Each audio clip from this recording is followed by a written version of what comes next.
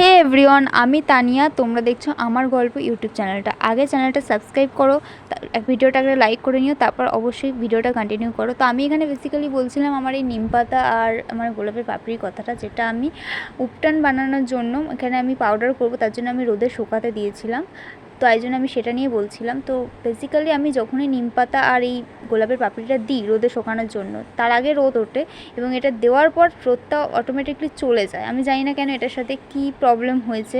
তো আমি এখানে বলছিলাম হচ্ছে আমার রোদের সাথে কী শত্রুতা আছে জানি না, কারণ আমার যখনই আমি কাজের জিনিসটা আমি দিই শুকাতে রোদে, তখনই রোদে হঠাৎ করে রোদ চলে যায়, নাহলে বৃষ্টি এসে যায়, কী হয় আমি নিজেও বুঝতে পারছিলাম না।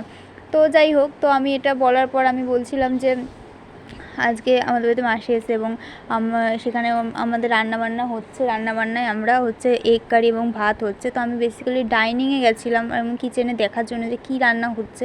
তো আমি গিয়ে দেখি এরা এখানে রান্নাবান্না শেষ করে নিজেদের মতো নিজে চা খাচ্ছে। তো আমি জিজ্ঞেস করছিলাম যে এত বেলায় কে চা খায়, এখন দুপুর বাজে 1টা 1:30, তো এখন তোমরা কেন চা খাচ্ছ?